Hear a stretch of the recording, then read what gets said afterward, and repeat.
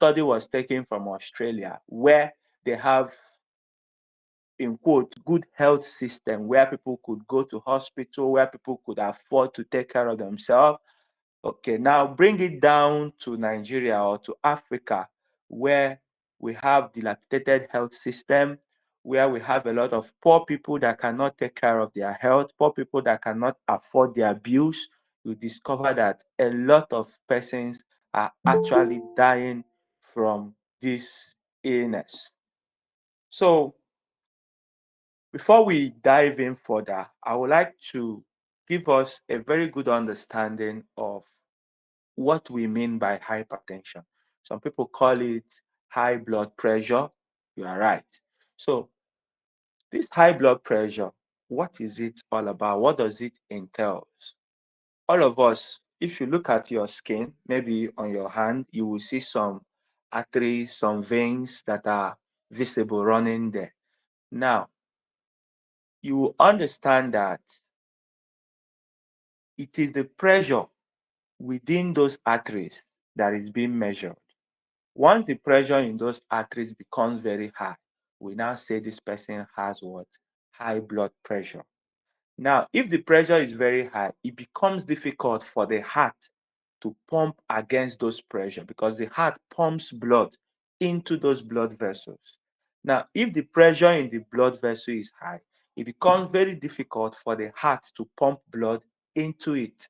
So it means the heart will need to generate a lot of pressure to be able to overcome the pressure within those arteries. You get? So when this happens, it means that we are giving the heart a lot of work to do. And when the heart keeps doing this work, subsequently the heart will do what? The heart will fail. And as the heart is failing, so many other organs are failing in the body. And before you know it, this person will enter complication and die from it. That's for high blood pressure on its own. Then for diabetes, for the purpose of this webinar, we'll be looking at diabetes mellitus. There are other type of diabetes like diabetes insipidus, but for the purpose of this webinar, we'll be looking at diabetes mellitus. Now, for this diabetes mellitus, we have the type 1, we have the type 2. Now, the type 1 occurs majorly in younger people. You hear that some children, they will tell you they have diabetes, and somebody will say, he is a child now. Why is he having diabetes? I think diabetes is for the elderly. No, there is a type of diabetes that happens in children, and there is another type that happens in elderly people. And there is another type that can happen in women that are what? Pregnant. Now, in diabetes, our body, there is an organ they call pancreas. The function of this organ is to release insulin. And what this insulin does is that whenever we eat food, this insulin will help the body to use the sugar that is generated from this food that we eat. In a situation where the body is either not generating this insulin, or the body is generating this insulin, but the body has the body function have so much disrupted that it cannot make use of this insulin. What will happen to this sugar that is seen in the food that we eat? This sugar will now start accumulating in our system. That's why some people call diabetes mellitus sugar problem. Sugar problem means your body cannot digest those sugar. Now, and since your body cannot digest those sugar, your body will now metabolize those sugar into another substance that is now harmful to the body system. And these things will now start damaging the cells of the body, and the complications of diabetes will set in. Now, somebody will ask, how do I know? Since these things are silent, how do I now know that I have it? How do I know that I have hypertension? Or how do I know that I am diabetic? How do I know? Now, for hypertension, how you know is by regular blood pressure check. Sometimes they will tell people to go for medical checkup, go for medical checkup. And some people will come to church and give testimony that in the last 10 years, they've never been to hospital, they've never been to any. It's actually not a good testimony. From time to time, because the only thing that can actually confirm that you are healthy is the fact that you went to hospital and they checked you and they confirmed that actually you are healthy. You can't stay in your house and determine that you are healthy. There are probability that you are having either hypertension and the symptoms are not there and you are still walking around until the day maybe the person will probably be walking on the road, collapse and die, or the person will be driving, all of a sudden loses consciousness, or the person will be in a party, rejoicing and then laughing and rejoicing with friends. All of a sudden, one of his body paralyzes. One part of his body becomes paralyzed, and they will blame it on enemies, blame it on village people, blame it on so many things. But when you investigate very well, you could find out that this person has been living with hypertension, living with diabetes, and because the symptoms were silent or the symptoms were things that can easily be neglected, this person couldn't discover it on time. Now, for high blood pressure, once for people that have been to the hospital to check their BP, you will see that there is a number that is not one of the number will be up, that's the numerator, and another number will be down. The one that is up is the systolic blood pressure. While the one that is down, we call it the diastolic blood pressure. You might not bother yourself about that. But that one that is up, once it's less than 120, we say that your systolic blood pressure is normal. So for each and every one of us, it's expected that once we check our blood pressure, it should be within the range of 120 over 80 down. Anything below this range, we can say that it is within the normal range. However, once it goes above 120, you check it and it's above 120, but has not reached 140, you now say this person is pre-hypertensive. That is, this person is not yet hypertensive, but the person is gradually moving towards being hypertensive. So if somebody is within this range, the person will still be going to work, doing everything normally, no problem. So it's at this level that this person needs to be very careful about his life. It's at this level that the person will need to start avoiding so many things. We need to become coming more regular to the hospital or following up with his doctor or with his healthcare provider to be sure that he doesn't tilt into this stage one. From stage one, we say this person is already hypertensive. By the time he enter this stage two, this is the severe form of hypertension. This stage two is the type that you will hear that somebody is walking on the road, somebody is in the market, all of a sudden he collapses and he dies.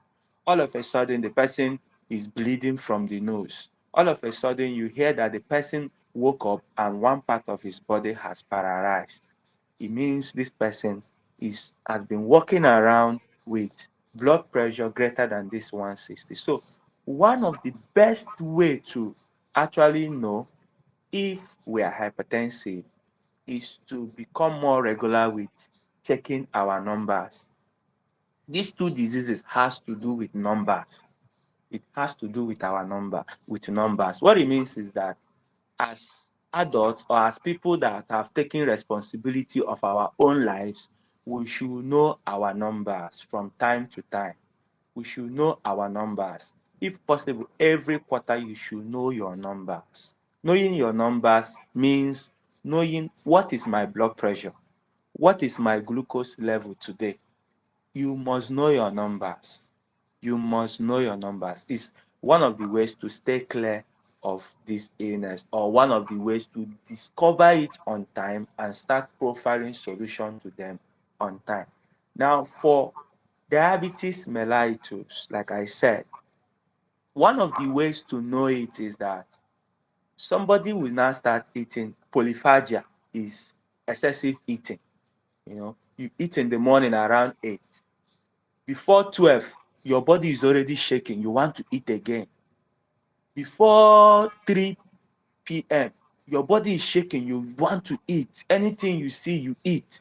You are just craving for food. Before you wake up in the midnight, you are looking for food. And this is unlike you.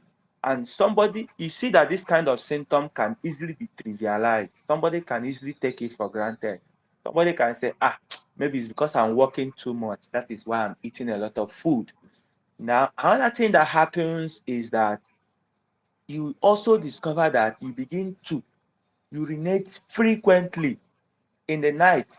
Maybe usually before now, you used to sleep, you wake up maybe once or twice to come and urinate at night. You discover that, for the past 1 week, I've been waking up more than 4, 5 times, 6 times to even urinate. And you also discover that you are taking a lot of water.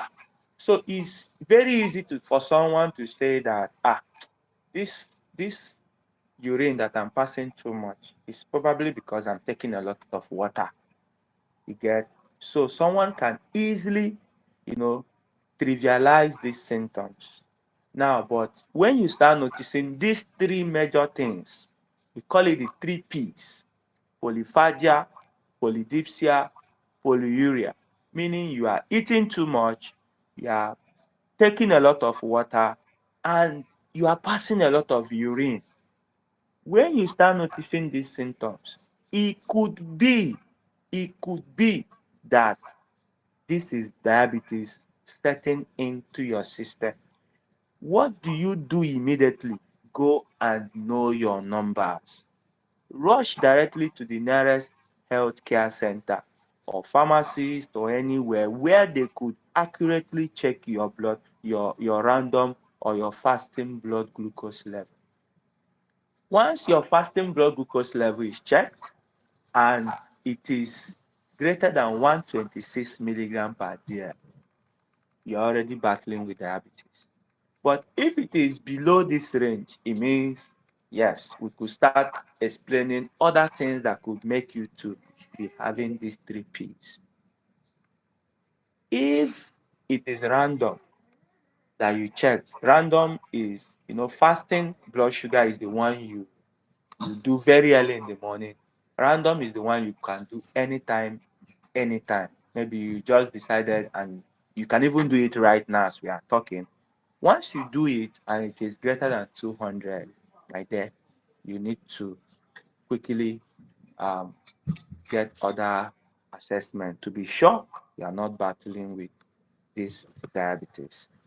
Now, as we said, they are silent killers and they can actually be prevented to a large extent. How do we prevent it? By knowing the risk factors, by knowing the things that will predispose us to having either hypertension or diabetes. Most times, these two sicknesses, they are always they love themselves. Most times, anywhere you see hypertension, diabetes, very soon diabetes will say, my brother, you have to make space for me, I'm coming. No. Or anywhere you see diabetes will say, hypertension, please do quick and come, I'm making space for you. So most time you hardly see somebody that has hypertension and doesn't have diabetes, or somebody that have diabetes or doesn't have hypertension. Most times it's only in few cases that you see people that will have either of the both. Get? Now, you see that their risk factors are almost always the same. And what are the risk factors? Like I said, inactivity, no exercise, nothing. For people that work in places where you leave your house in the morning, you enter boat or Uber, they will carry you to your workplace. You enter your office, climb through the elevator, get to your office, sit down on your chair. You sit down from 8 a.m. till 5 p.m. Come out of your office, enter another Uber that will take you to your house. On reaching your house, you take your bath, eat your food, lie down on the bed. Do this for the first day, 1 week, 1 month, 1 whole year. That's total physical inactivity. It means you are inviting, you are knocking on the door of hypertension. You are knocking on the door of diabetes mellitus. You are telling them, I am ready for you guys. You guys should come and take over my life. Excessive consumption of alcohol. Before they said you can consume a little, but there are studies that now shows that even the little form of alcohol is not beneficial to the body in any way. It doesn't benefit the body anything. The little form, even if it is 1 glass of alcohol, it doesn't benefit the body anything. It predisposes you to hypertension. It predisposes you to diabetes. Now, what of smoking? Remember, this thing I'm talking about now, I'm talking about the modifiable risk factor, modifiable in the sense that these are things we can actually prevent. We can actually say no to them, but on daily basis, we engage ourselves in some of these kind of activities. Smoking, of people that smoke, you smoke anything, even secondhand smoking, like passive smokers. You don't actively smoke, but you sit in the seat of smokers. You go to club where they blow shisha up and you inhale it and you like it. You are not smoking directly, but you are also exposing yourself to this smoke. So you are indirectly opening your doors for hypertension and diabetes. What of excessive consumption of salt? Some persons like to take a lot of salt. They cook food, they put a lot of salt, they put a lot of Maggi, they put a lot of seasoning so that the food will be very delicious. Yes, it will be very delicious. But at the end of the day, you are predisposing yourself to what? To hypertension majorly. What of stress? How is our stress level? How is our stress level? We work in the day, we also work in the night. We don't sleep, we are always working, looking for money. Some of us are doing more than 3 jobs at the same time. Some of us are packing a lot of things at the same time. So your stress level is so high.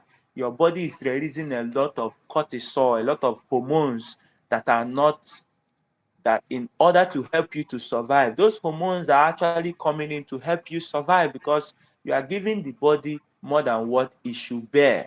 So your body start releasing a lot of survival hormones.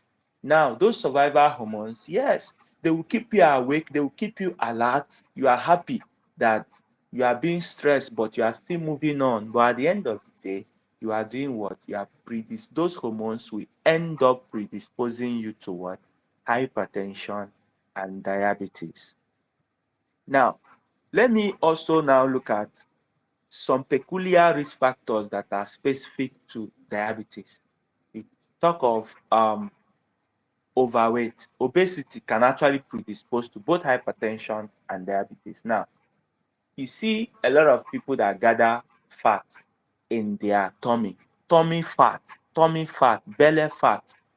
It causes insulin resistance. So it can predispose someone to what? Diabetes mellitus. Most men that come down with diabetes, check them very well. You see that they get belly. All those men, you see their tummy protruding. That's a lot of abdominal fat. It predisposes someone to diabetes mellitus. Then there are some risk factors that actually there is nothing you can actually do about them. For example, if your family is a family of people that comes down with diabetes, your grandfather had it, your father is currently having it, your uncle is currently having it. In fact, your elder brother is now down with diabetes. It means that it runs in your family. There is nothing you have been born there. There is nothing you can do about it. Now, imagine if it runs in your family and you are also not physically active, you are taking alcohol, you are smoking, you work as a banker, you don't move, you stress yourself so much, it means that it can catch up with you even at a very early age. So, Sorry, Doc, we can't see your screen anymore. oh, oh, okay.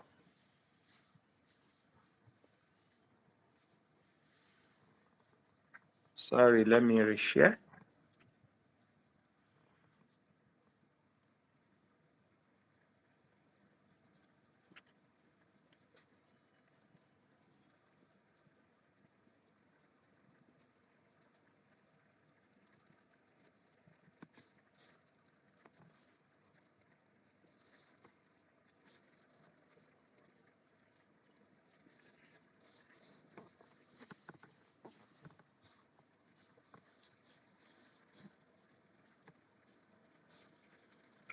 Can you see it now?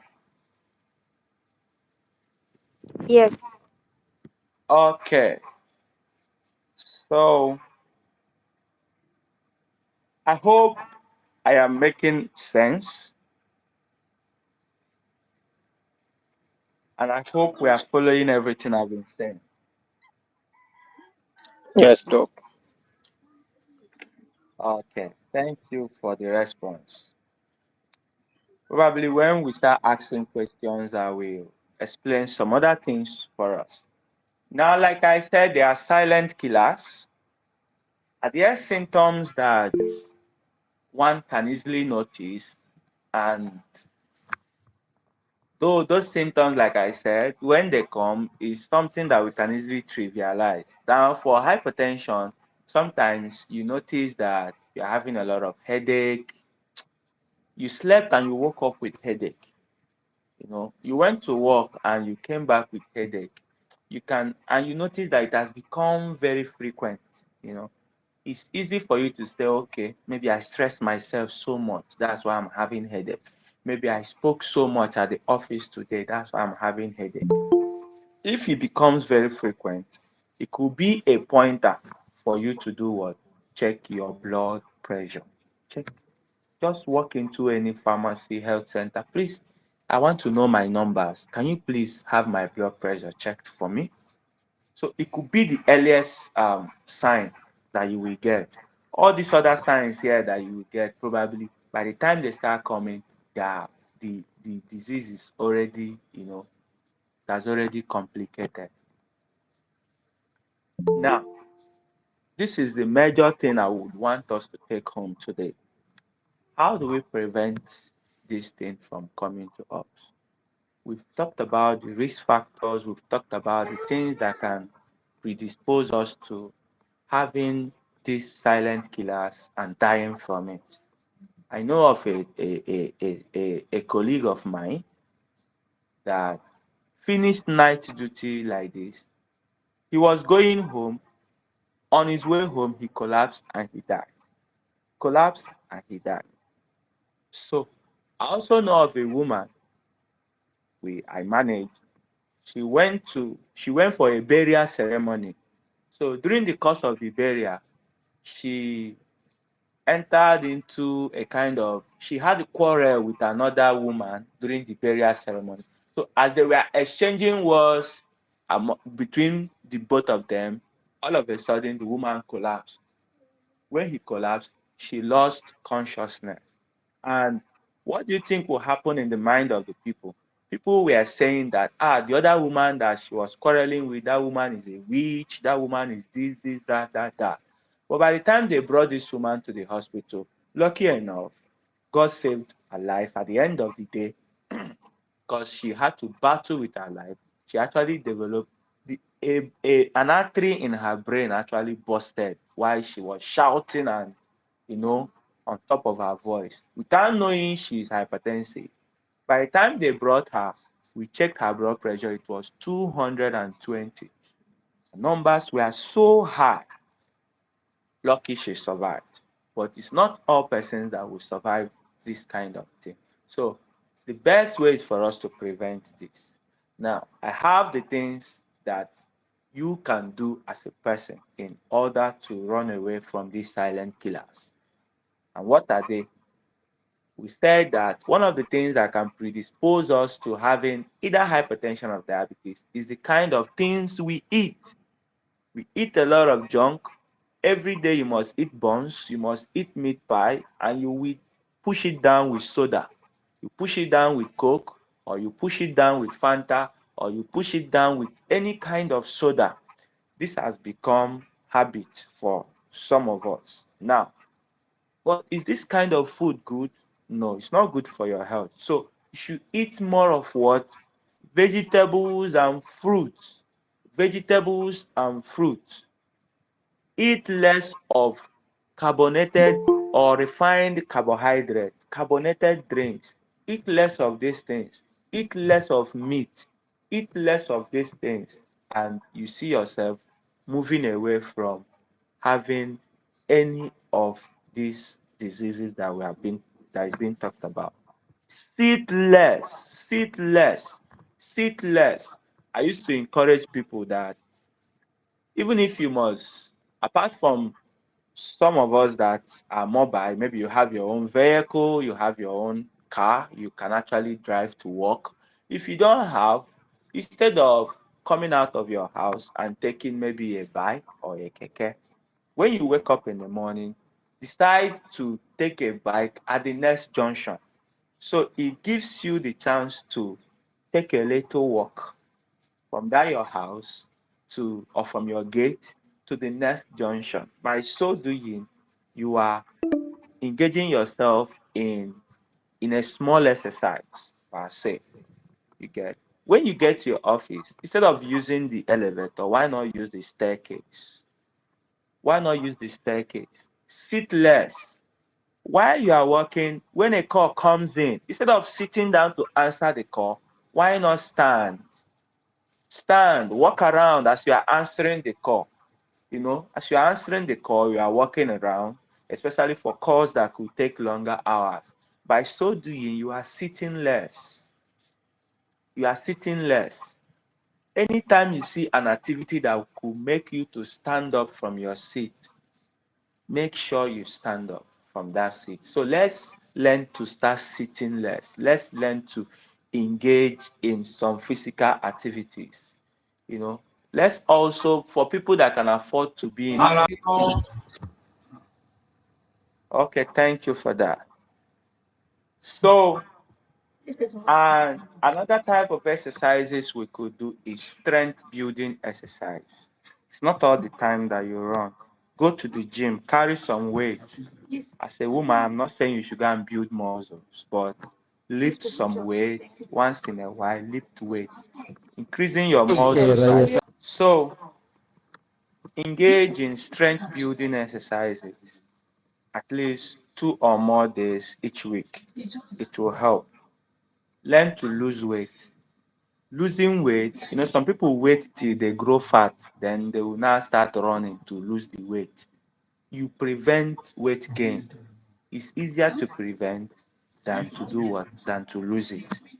Now, another thing we could do is to learn to manage your stress. Learn to manage your stress. Let work be done at work. Once you are home, take your time. Do what you're supposed to do and take enough rest. Learn to practice intermittent fasting. Intermittent fasting is when we wake up in the morning, sometimes we eat our breakfast, plenty food. Some of us can eat big food. That way, you are giving your body less glucose per time or less work per time to do. So it's going to help as well. Now, another thing we could do is regular checkup. From time to time, go and know what your numbers are saying. And what are the things we shouldn't do? Cut down, if you are eating too much salt, cut down on it, cut down on salt. Salt can be gotten from our spices, it could be gotten from the soda we take. Those sodas are made of sodium, and sodium is salt. Could be gotten from the minerals, from the refined juice that we buy in the supermarket and we take them. Let's cut down on these things. Let's manage our weight, take less alcohol, if possible, avoid it, stop smoking, and also let's eat well and exercise well. When we do these things, we see that we are we are actually saving ourselves from this silent killer. Now, for people that are already diabetic or already in there is a stage in diabetes we call pre-diabetes. Now, within that period, there is what we call the diabetic plate. This is what it looks like. Now, the diabetic plate is such that Sorry, Doc, your your screen is not visible anymore again. I think this should be network. Okay, I will share.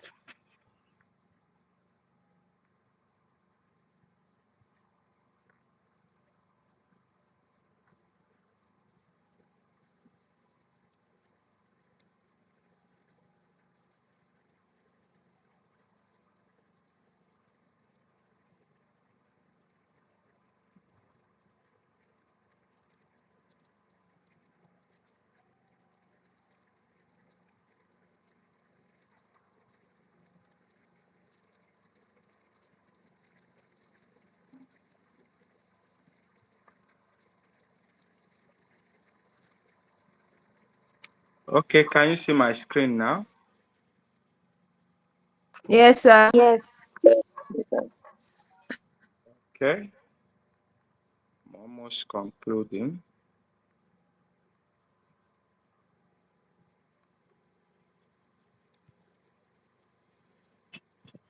So I was talking about the diabetic plate. So if you look at the plate, you will see that it's divided into three portions. Get now half of the plate should be made up of what? Vegetables, fruits, and vegetables. Now, the other half should also be divided into two. One portion should be what? Proteins, and the other portion should be what? Carbohydrates. Proteins, we mean here you should avoid animal proteins as much as you can. Animal proteins like meat, all kinds of red meat should be avoided. All kinds of egg should be avoided if you can. You take more of vegetables and you take um, carbohydrates like rice, like beans, like potatoes, yam, and all that. Now, this will help you to give your body less what? Glucose. Remember, we said that diabetes mellitus, the body cannot digest, the body cannot make use of glucose that is supplied to it. So this way you are learning to give the body less amount of glucose that it can use per time.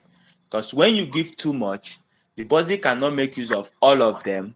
The body will now convert those excess glucose to substances that are harmful to the what system. So you learn to give the body a little that it needs per time. Okay, so and having said that, and also I will not forget, water is very important. Water. The place of water cannot be replaced with juice. It cannot be replaced with soda. It cannot be replaced with minerals or wine or any other thing. Water is what? Water. In this era now, we don't tell diabetic patient not to take this, not to take that, not to take this one or take this one, but they should learn to take those things in the right proportion.